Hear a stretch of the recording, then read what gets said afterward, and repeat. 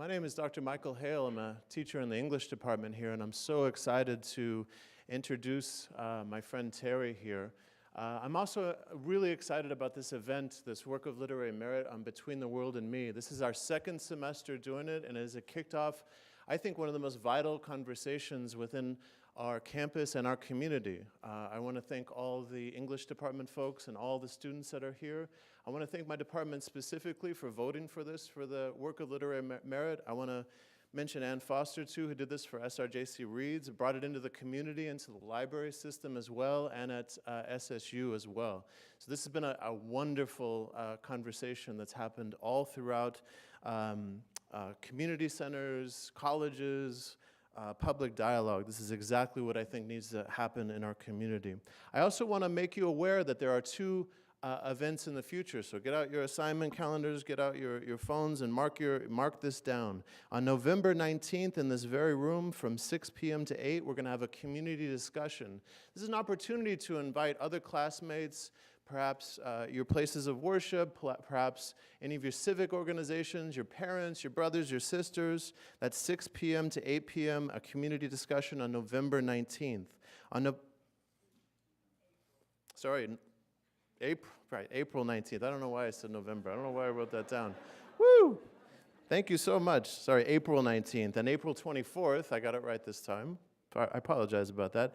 April 19th is from 6 to 8, and then April 24th. I don't know why I wrote it down that way. No, April 24th. At the same very time in the same very room from noon to 1, we're going to have a faculty panel discussion that's going to be awesome as well. So one more time, April 19th from 6 to 8 and April 24th from noon to 1. Please join us for those great events. Now let me get to the introduction. Terry Mulcair enrolled in his local community college after graduating from high school in 1976.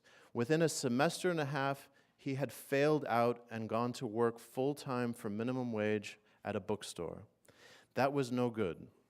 So he went back to college and bounced around and ended up at UC Santa Cruz, where he graduated in 1981 with a degree in literature. He got a job driving a beer truck for Budweiser and did that for a year, but he didn't think that he would last at that. So he went back to school in 1983 and finished a master's degree in English at the University of Wisconsin in 1984. Then a PhD in American literature at UC Berkeley in 1991. For the next 8 years, he taught at Northwestern University in Evanston, Illinois, but that didn't work out either. So in 1999, he ended up at SRJC, and that has turned out to be good. He feels blessed almost every day to have been employed here as a teacher since then. It is my great pleasure to welcome my colleague, my friend, and he is struggling with what I'm struggling with what I hope you're struggling with, which is to be woke and stay woke. Thank you very much. Help me welcome him.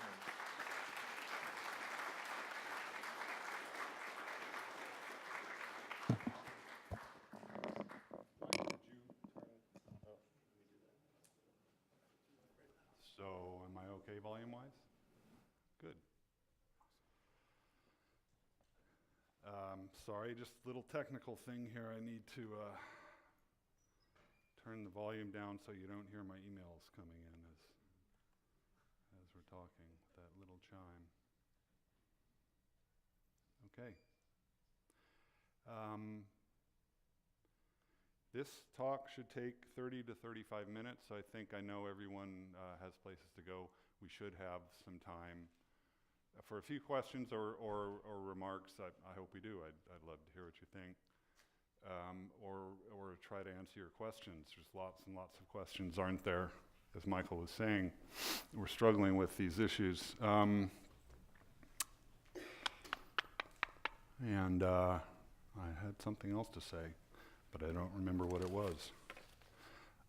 Yes, I do. I want to thank Michael Hale. Really, Michael has done a tremendous amount of work on this Work of Literary Merit, which is something the English department does every year, but Michael really seized the reins of this project, and he's just done a lot of great work. Michael and I have been talking about this book since before it came out, we're both really excited by it, and so I'm just really grateful for all the good work that he's done in promoting these events. Okay. Between the World and Me is an extended answer to the question of how one should live within a black body. And what any white person might add to such a discussion is evidently limited. When I heard Ta-Nehisi Coates speak in San Francisco last year, he stated that he has no desire to become the black person who explains black people to white people. I will do my best to respect his desire. My intention for this hour, then, is to focus on what Coates explains or suggests about white people. I believe that his book does much more than he may have intended to explain white people to white people. This is one of the hallmarks of great writers. Their writing overflows the boundaries of their intentions. Shakespeare never intended to explain Maya Angelou to herself, but he did. For the sake of emphasis, let me distill what Coates has to suggest about white people to this: white people don't actually exist. Thus, Coates typically refers in his book not to white people, but to people who believe that they are white. And he proposes that the belief in one's whiteness is not only a moral and political problem. That belief is an empirical error whose falsity can be established through the critical study of American history. Whiteness is a fantasy, a sort of collective hallucination. Please come in. Or as Coates describes it, a dream. And it's a bad dream. Those people who believe they are white need to wake up from the dream of whiteness, Coates says. The fate of the world hangs in the balance. That might sound overly dire, but I don't think it is. That's how bad a dream it is.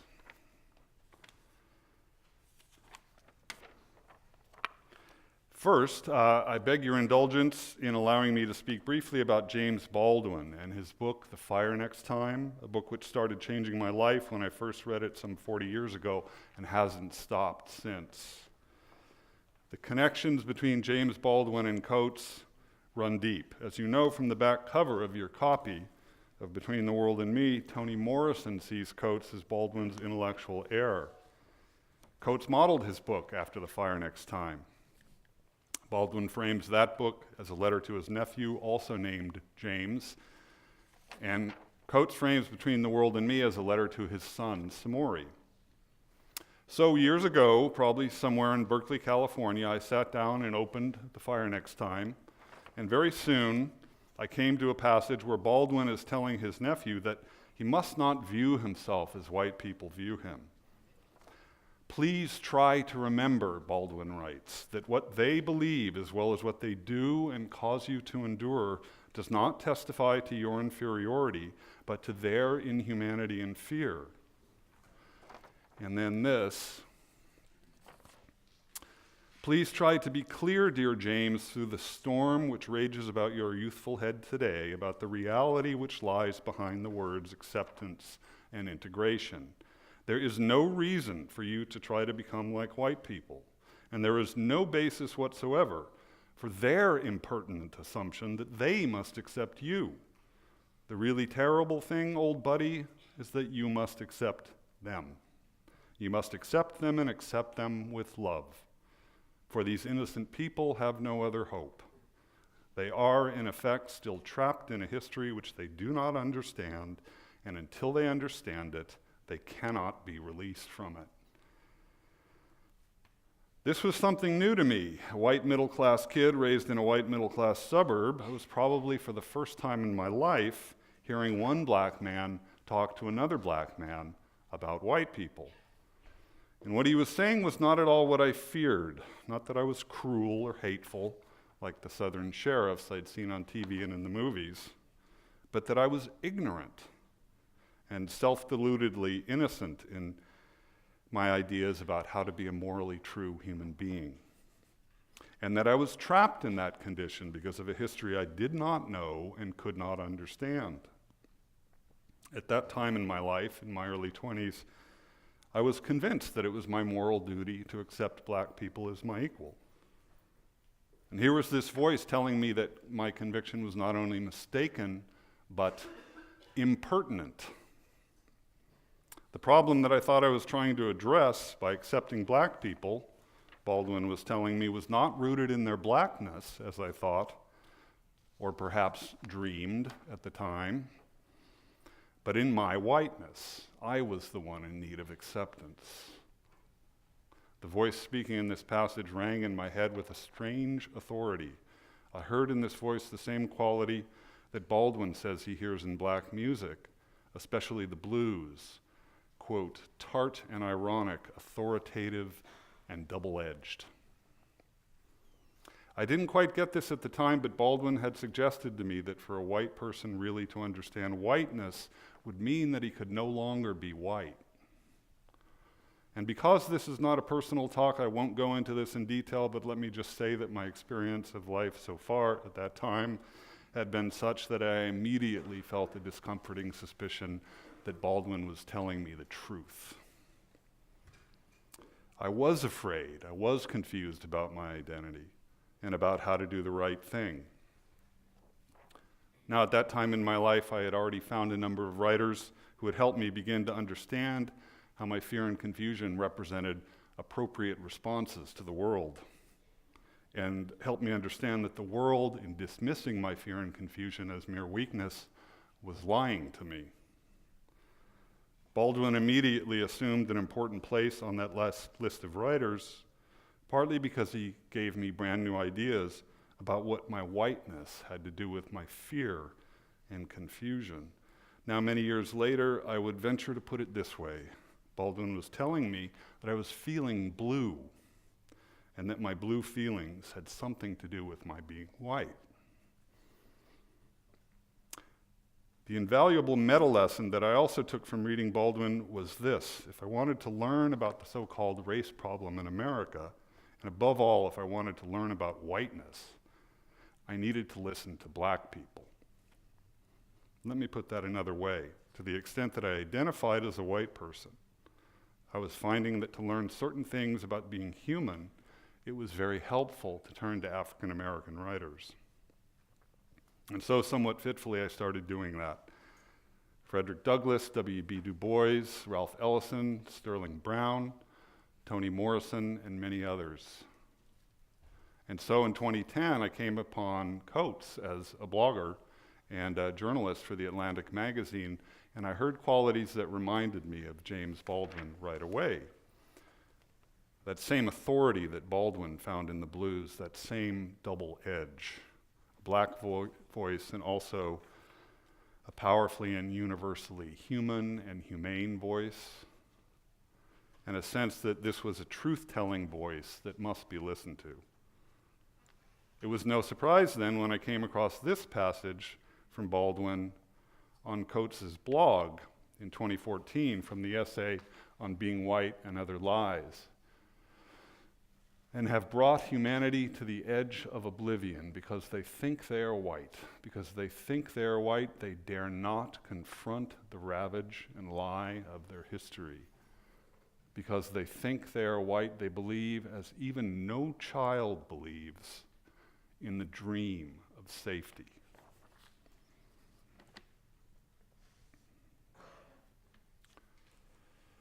And so reading Baldwin prepared me to understand what Coates was driving at in choosing to refer to people who believe that they are white rather than white people. That race as a biological essence is what Coates calls a defined, indubitable feature of the natural world, doesn't exist, has been established by modern biology, and the contemporary historical study of race has confirmed the same verdict. But I was surprised to find that Coates' own discovery of this truth didn't turn, at least not at first, as I might have expected, on the realization that the white race isn't real. Instead, he tells what's to me a very moving story of wanting desperately to believe that the black race is real, and struggling to come to grips with the truth that there is no such thing as the black race. I suspect some readers may miss the importance of this point. As a young student at Howard University, Coates at first embraces the racial essentialism that he finds in black nationalism because it seems to reverse the destructive polarity of the white racism that has been his life experience. He writes, "I went into this investigation imagining history to be a unified narrative, free of debate, which once uncovered would simply verify everything I had always suspected. The smoke screen would lift, and the villains who manipulated the schools and streets would be unmasked." But as he actually studies history at Howard, instead of lifting the smoke screen, hiding the racial truth of blackness, he finds intense debate, disagreement, struggle over the meaning of blackness. Ultimately, he realizes two things. First, that he had been attempting to conjure, as he puts it, a dream of black racial identity that mirrored the dream of whiteness. And so, second, that the root lie was not white racial superiority, but the idea of race itself. He discovers then that, quote, race is the child of racism, not the father. He realizes that, quote, there was no inherent meaning in black blood. Black blood wasn't black. Black skin wasn't even black. He realizes that what he cherishes in his own blackness is the product of, as he puts it, history and heritage, not the evidence of some grand racial essence. Coates here is modeling for his son Samori a radical commitment to struggle towards critical consciousness of the truth. But whether he intends to or not, he is also, I think, modeling for white readers the sort of educational struggle that leads to awakening from the dream of racial identity. Coates writes, "It began to strike me that the point of my own education was a kind of discomfort, was the process that would not award me my own especial dream, but would break all the dreams, all the comforting myths of Africa, of America, and everywhere, and would leave me only with humanity in all its terribleness." Here I think Coates is modeling for any and all human readers a deeply human struggle towards hard truths of a human existence. Talk about an ironic double-edged awareness.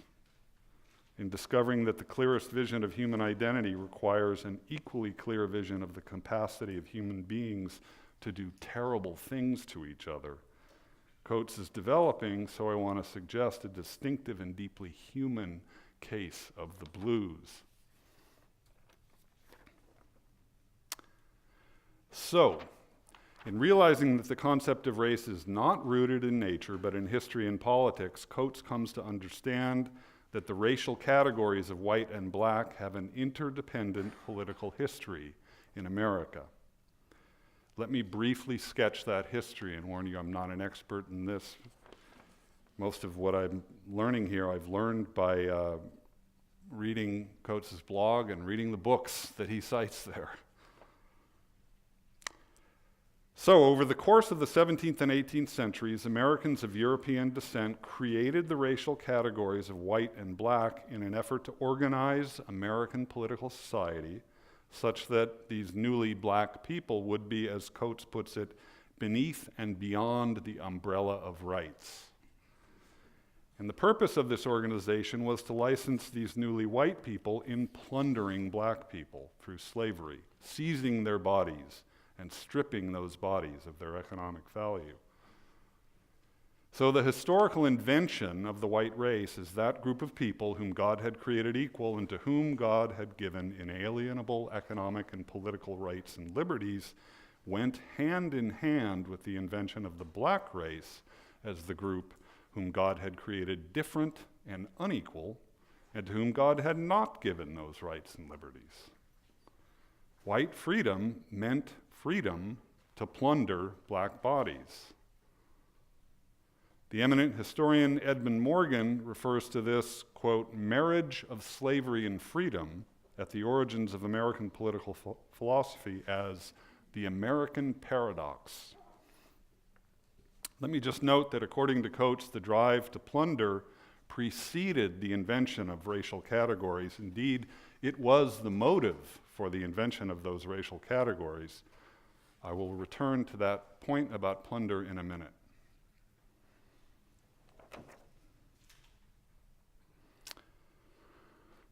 Now here for me, as a teacher of critical thinking and writing, things get really interesting.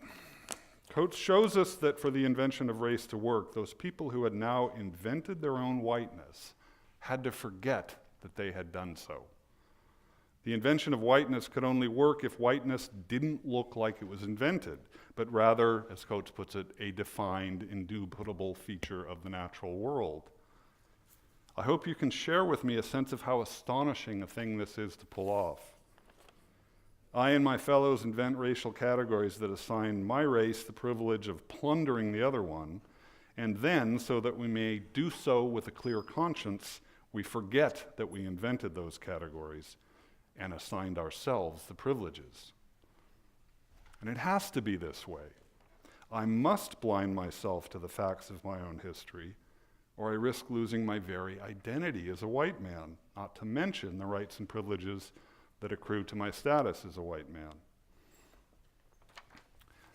One of the most memorable passages in the book, Coates writes, "The mettle that it takes to look away from the horror of our prison system, from police forces transformed into armies, from the long war against the black body is not forged overnight. This is the practiced habit of jabbing out one's eyes and then forgetting the work of one's hands." The belief that one is white, then, is a peculiar cognitive condition, a curious state of purposeful amnesia and specific, targeted, willed ignorance. It makes all the sense in the world that Coates refers to this cognitive condition as the dream. This was the condition of slave owners who believed that they were white, of white Southerners who believed that they were white after the abolition of slavery under Jim Crow. And because the racial identity of whiteness has survived the end of Jim Crow fully intact, it is my condition today, insofar as I continue to believe that I am white. Now I get what Baldwin meant in saying that white Americans are trapped in a history they can't understand. It's impossible at once to remember and to understand the history of whiteness and to continue to believe that one is white.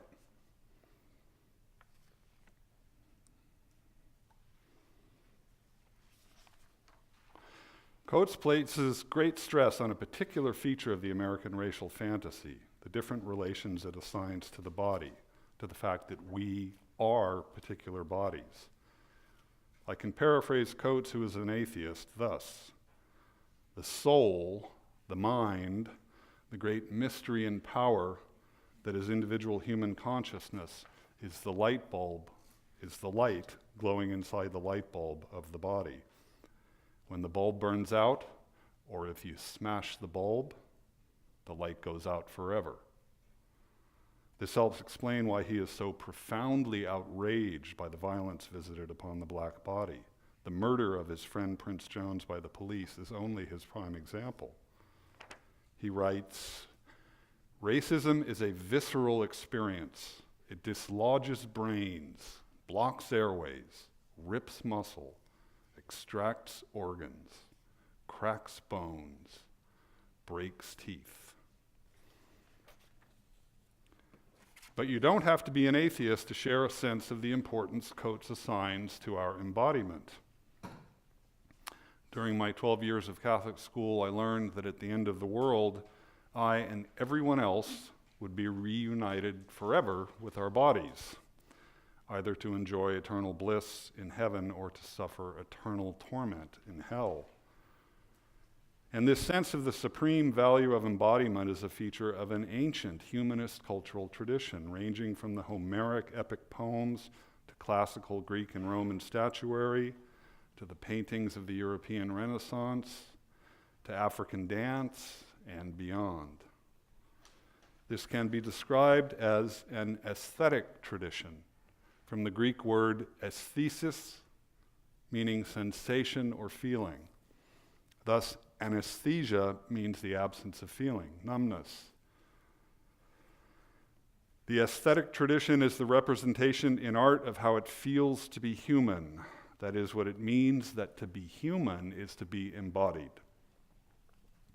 I will return to aesthetics in just a bit. Coates has helped me to understand particularly how whiteness entails the privilege of relative exemption from the limits and liabilities of physical embodiment. On the one hand, to be white in this country now is actually and in fact to be relatively free from the fear of and exposure to such violence. Black Americans suffer from violence of many sorts at higher rates than white Americans. On the other hand, to believe that I am white is to believe or to dream that I am entitled to such relative freedom, that nature or God intended and made me to be relatively free from bodily violence and other limits and liabilities of physical embodiment. And now we come to another turn in Coates' thought that I find fascinating, and that seems to me to be very distinctly his. Follow me here. Because he rejects as a myth any essentialist racial understanding of whiteness, he is in a position to understand how the values expressed in whiteness, specifically the preeminent value placed upon freedom from the limits and liabilities of embodiment. Just let me say as a side note, that's slavery, right? White people have black people do the bodily work. So white people get to be free from that. How that value, the value of freedom from embodiment, extends beyond racial categories.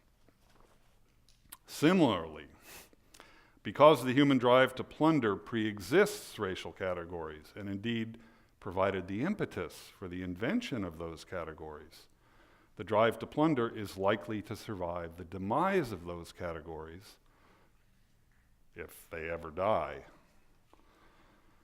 It's not that white people are naturally plunderers. Naturally speaking, white people don't exist. The drive to plunder is not essentially racial. The Mongol invasions, the conquest of the New World, the destruction of entire mountain ranges in West Virginia in order to extract coal, the entire panorama of human history displays the terrible truth that the drive to plunder is human. And so it follows is the fantasy of liberation from the limits and liabilities of embodiment. This is what Coates is getting at near the end of Between the World and Me when he writes of how the dream has surpassed racial categories, moved beyond the plundering of bodies of humans to plundering, quote, the body of the earth itself. He's talking, of course, about the industries of fossil fuel extraction, oil, natural gas, and coal, and speaking, of course, about climate change. And he represents the automobile as the symbol of that plunder economy, as the, quote, noose around the neck of the earth, and ultimately the dreamers themselves. Let us consider automobiles for a moment. We depend on them, we love them. Crucially, because of how they free us from the limits and liabilities of physical embodiment. Just in our bodies, even the fastest of us can't ever go faster than about 20 miles per hour, and that only for a few seconds. Afoot, we may average 3 to 4 miles an hour. With an ordinary Honda Civic, on the other hand, we can travel for 70 miles per hour for hours, and we can do this for days on end. And this is just one example of what the Industrial Revolution has done for us, mostly thanks to fossil fuels, by way of enabling us to free ourselves from the limits of embodiment. We can leave our air-conditioned house in Phoenix, Arizona when it's 110 degrees outside, drive in our air-conditioned Honda Civic to an air-conditioned mall to shop for stuff made in coal-powered factories in China or India. We can talk in real time with video to someone whose body is 3,000 miles away or 10,000 miles away. And now our technologists and scientists talk seriously of inventions that will enable us to live to 200 or to live forever or to become as gods, immortal and all-powerful. What we've learned recently, I hope not too late, is that all this power devoted to freeing us from the limits and liabilities of human embodiment has become a trap we have set for ourselves. For a long time, we have lived in a cognitive condition of willed ignorance and amnesia about these destructive consequences of our way of life. We have been blind, dreaming. We have believed, as no child would believe, that we could remain safe while plundering the earth, that we could be innocent of any consequences of such plunder. This threat is not racial, it is a human threat. The people of all backgrounds and identities who gathered at Standing Rock to try to stop oil companies from plundering the ancestral home and water of the Standing Rock Sioux understood that they were part of a larger attempt to save the earth from being plundered so that it becomes unlivable for human bodies. I think this was part of what Chase Iron Eyes was talking about on Monday.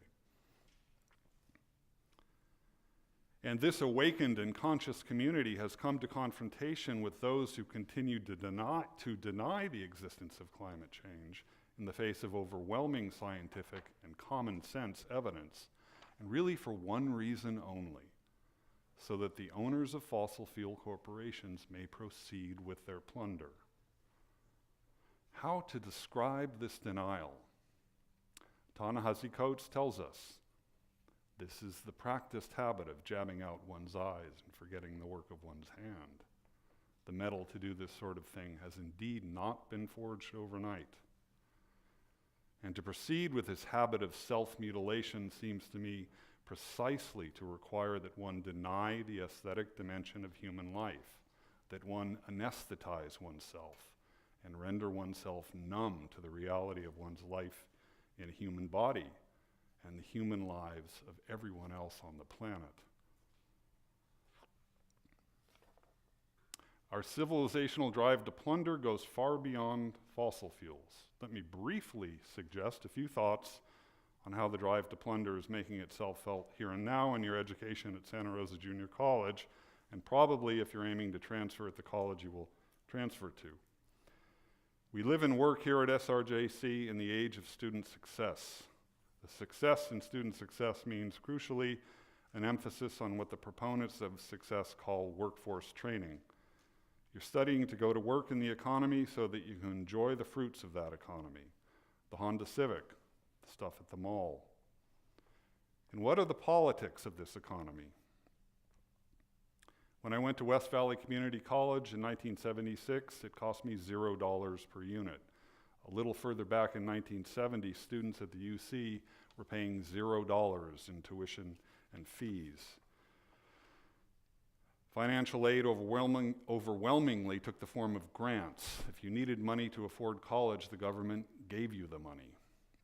Accumulated national student loan debt in the 1970s and 80s was very low, somewhere around $10 billion. That figure has now reached $1.2 trillion and is continuing to rise.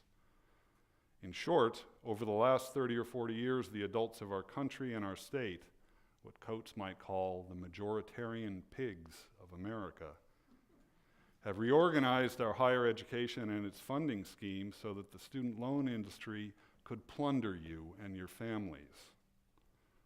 And what you're supposed to be getting in exchange for that mountain of debt is workforce training. By submitting to being plundered, you are granted access, however limited, to the fruits of an economy based on plunder. Success.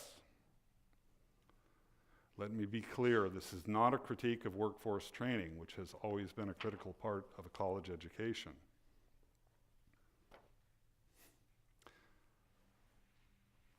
What I learned at West Valley College, the most important lesson, was that it's okay to fail. Anyway. But workforce training is only a part. If that's all you're getting, then I think you're getting an anesthetized education. An education from which the study of aesthetic experience, the human truths of what it feels like and what it means to be an embodied creature, has been stripped. When we hear student success, I fear we are hearing the distinctive tones and diction of the plunder economy talking.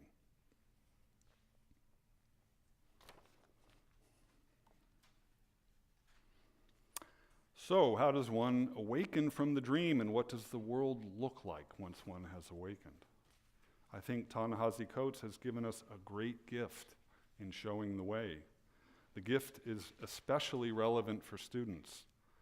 What it took for Coates to wake up, above all, is a deep and tenacious curiosity about the world, a commitment to study, to read, to struggle to understand, and to follow the truth wherever it led him, however discomforting or difficult that pathway might be.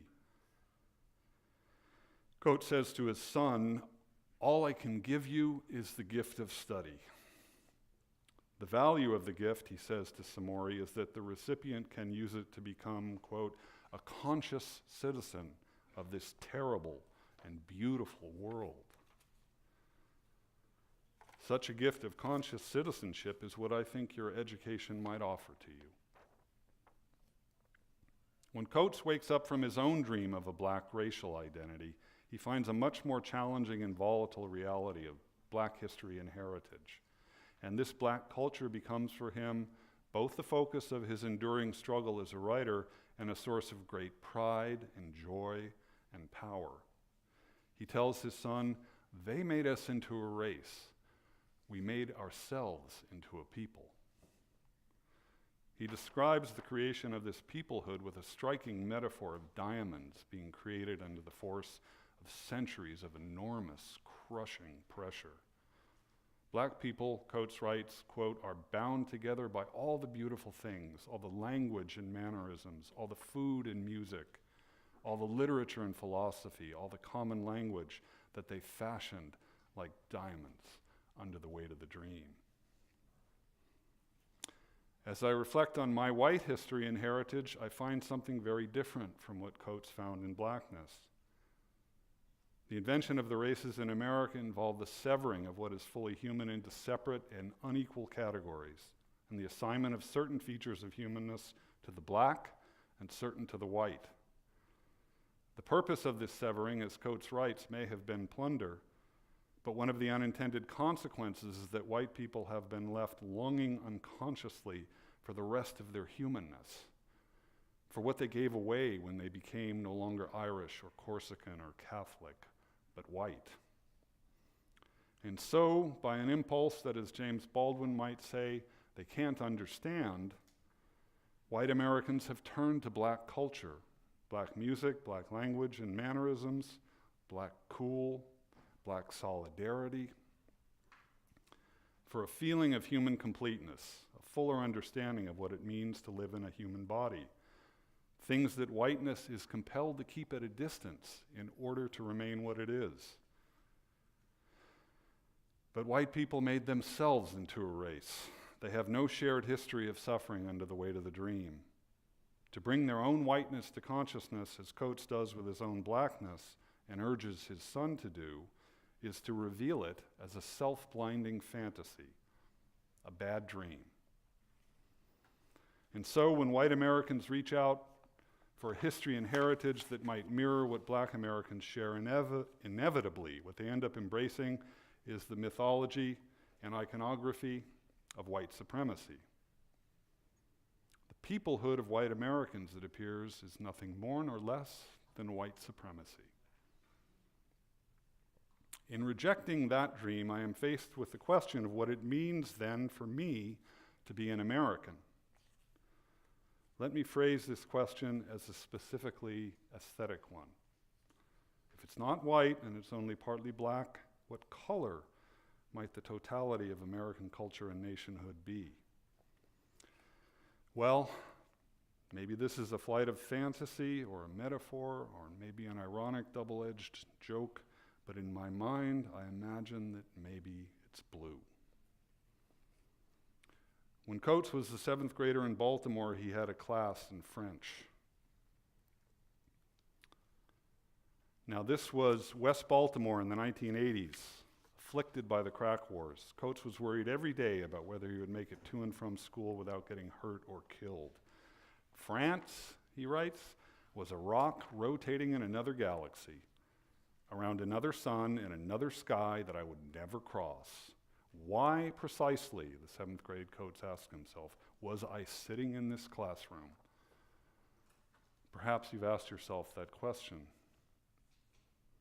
But lo and behold, decades later, after years of struggle, after coming to realize the infinite value of the gift of study, and thanks to the loving encouragement and support of his wife, Coates does cross that sky. He does visit that galaxy. He goes to Paris, and it's extraordinary, beautiful, pleasurable, alien, thrilling. He remembers his seventh grade self and thinks, I wish I had connected the conjugations, verbs, and gendered nouns to something grander. I wish someone had told me what that class really was, a gate to some other blue world.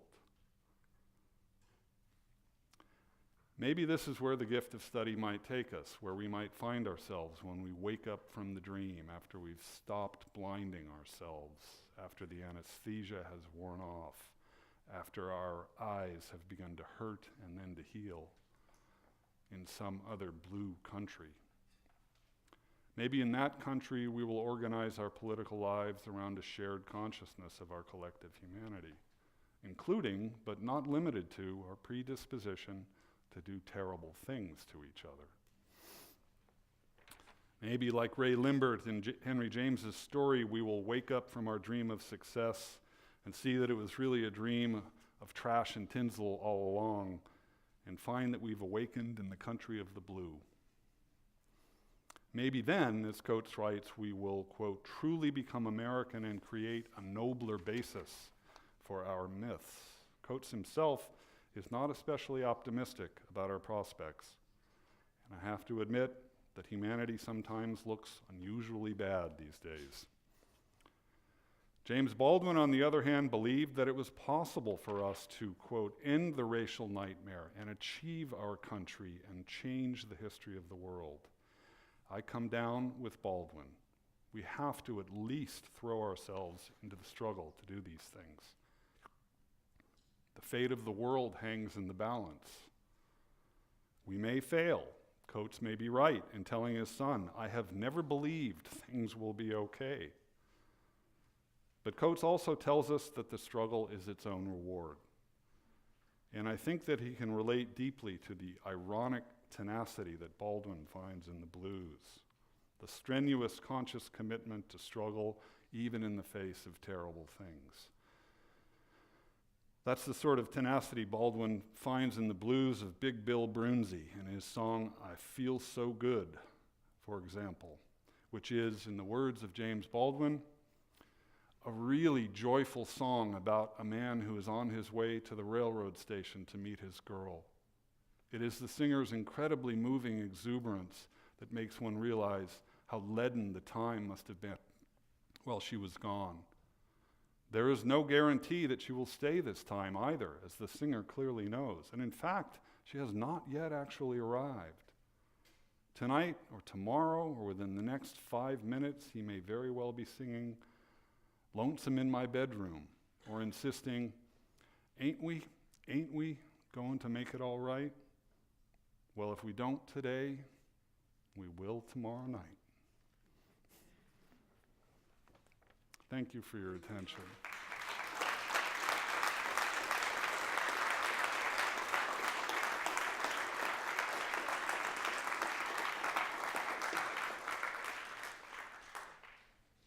That took longer than I thought, but we do have about 5 minutes. If anyone has a question or a comment.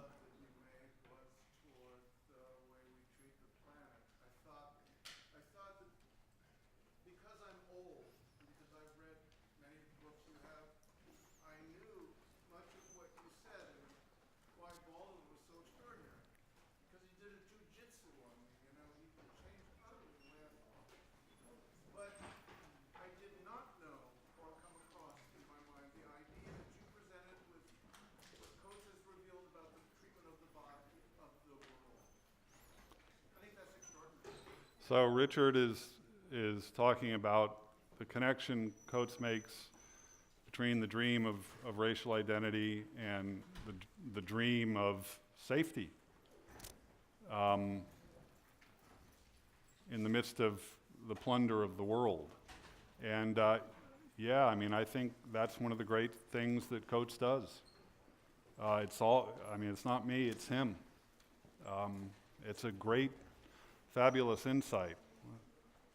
So I'm just going to wait a minute while those who need to leave. I think there are some of my students here, unless they've fled. So I just want to point those of you who are sticking around to the passage in the book where Coates writes about that. Is there going to be anyone left? Because the point I just want to make is that Coates is talking to Prince Jones's mother, and he's reflecting on these things as he's leaving her house. And he mentions repeatedly that he's driving in a car. So what he's doing is implicating himself, as we are all implicated in all of these issues. And it's just an example of his really extraordinary and singular honesty about himself and his own discoveries. It's a subtle little thing. He doesn't make a huge deal about it. Yeah. But it's important because perfectionist fantasies will screw you up. If you think, oh, I'm driving a car, therefore I give up. That's the terrible loss that happens often, I think, when people think I either have to do it all right or not right at all. Well, yeah, I mean, I think that's why the concept of struggle is so important.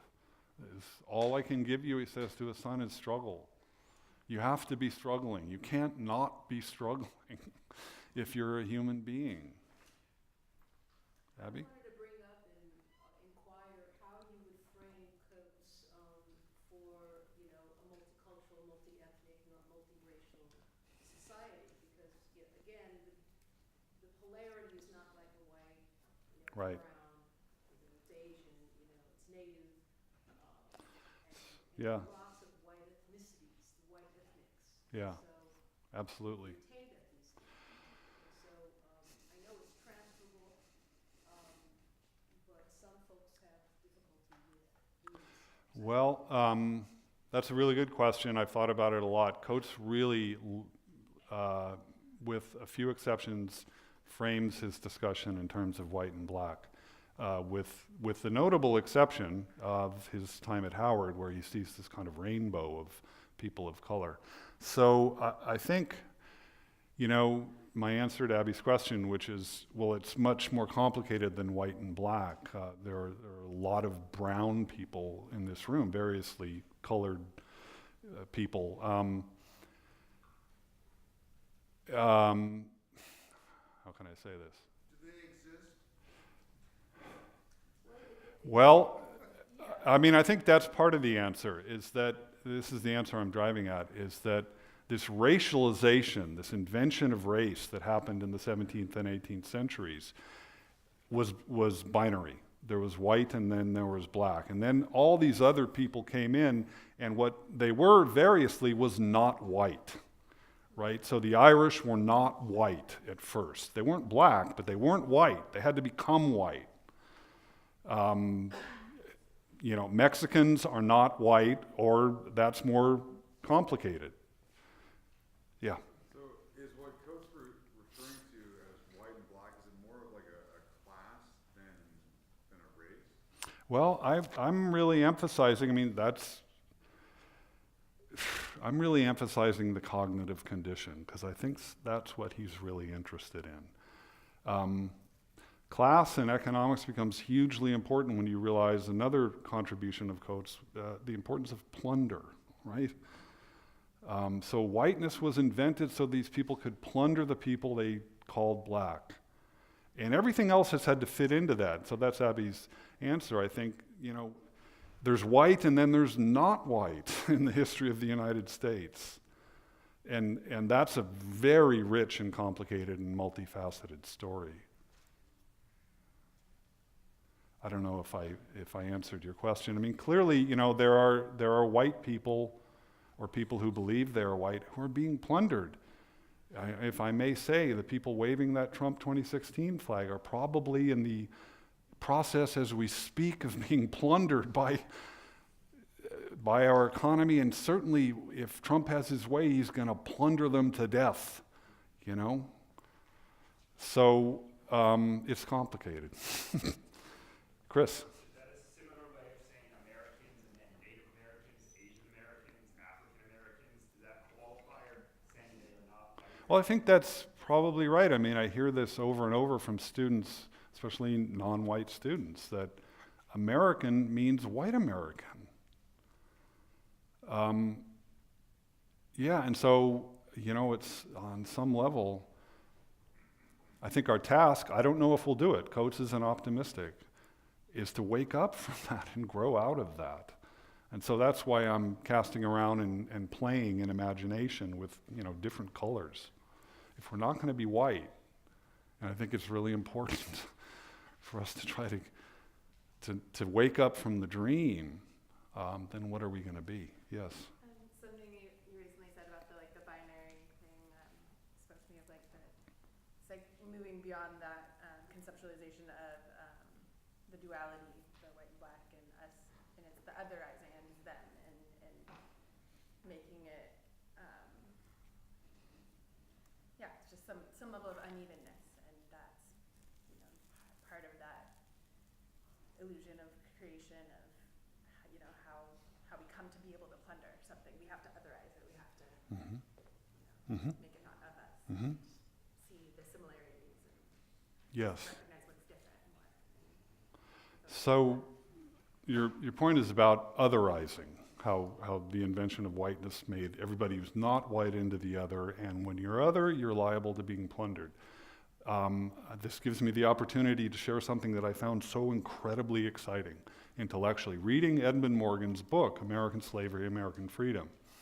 What Morgan shows is that the language that the English ruling class used to refer to the dregs of England who were being brought over as indentured servants was an othering language. They were lazy. They lacked initiative. They were dominated by their appetites. All of this language, this othering language, that's a great way to put it, just got moved and plopped on Africans, right? In making those Africans black. So, I mean, what this suggests, and this isn't Morgan's focus, so he doesn't follow this, but is that just what you've suggested, is that the history of plunder probably is accompanied by a history of cultural and cognitive othering that employs perhaps a consistent vocabulary. You know, I mean, it's true to some extent. I mean, it shows up in all sorts of places. It shows up in gender relations, right? And when you're talking about patriarchy, that, you know, women are whatever, they're weak or they're in need of male guidance or that sort of thing.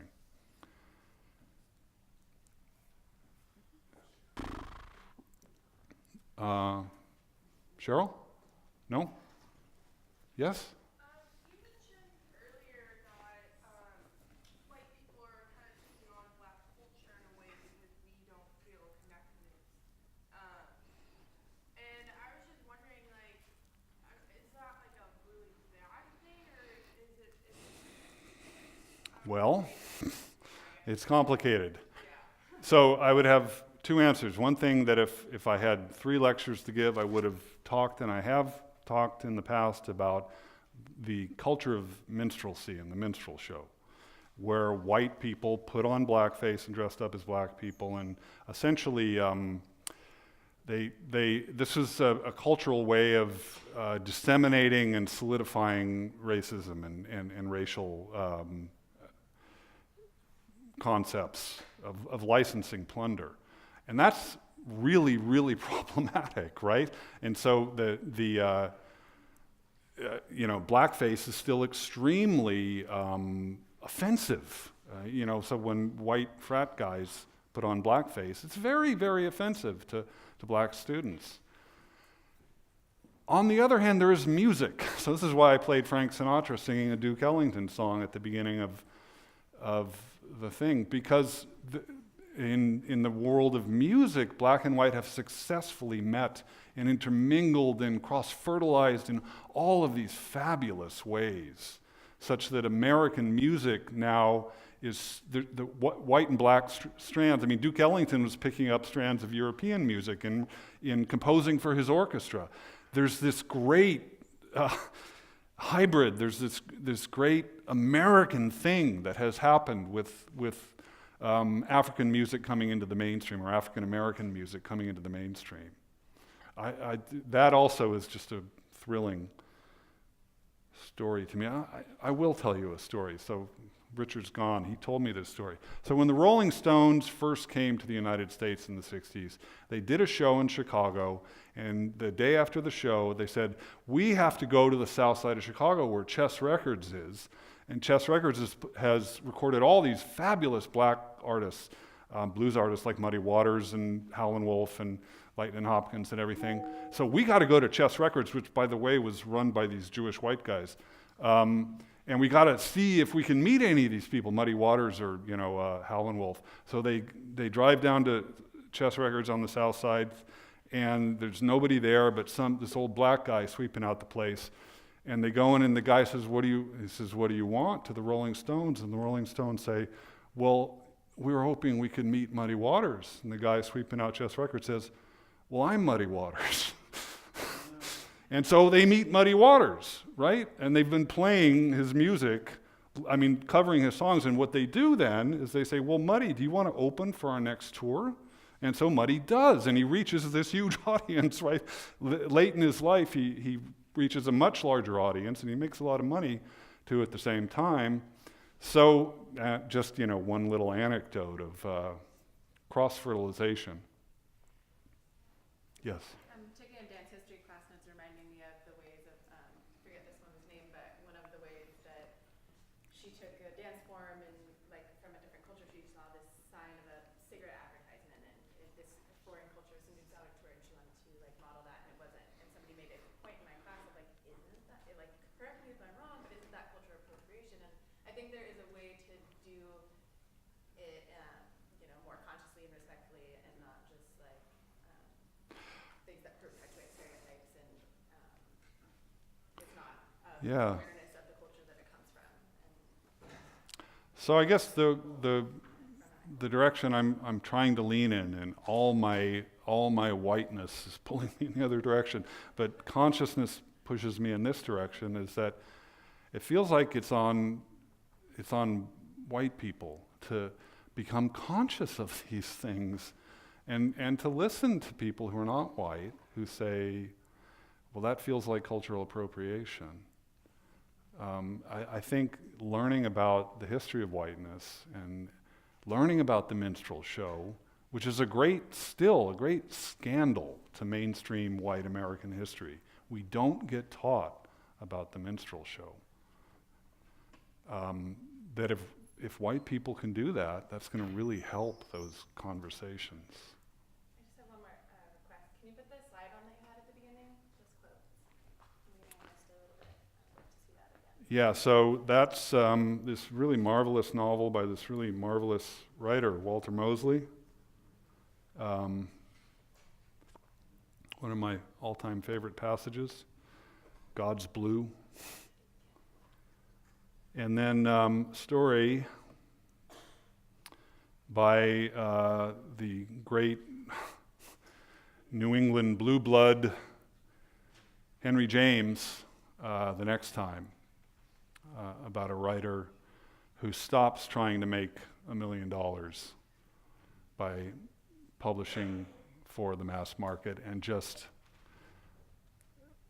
is satisfied to make great art, because that's what's in him, and it has to come out, as the blues song goes. Yes? How do you define white? Well, I'm really working with Coates's definition. I think it's a historical thing. And I would recommend, if you're interested in this, it's pretty chewy, but Edmund Morgan's book, American Slavery, American Freedom, is a really great place to start. So white as an identity, you can track its creation through laws passed, through customs enforced, through economic rules and regulations being created.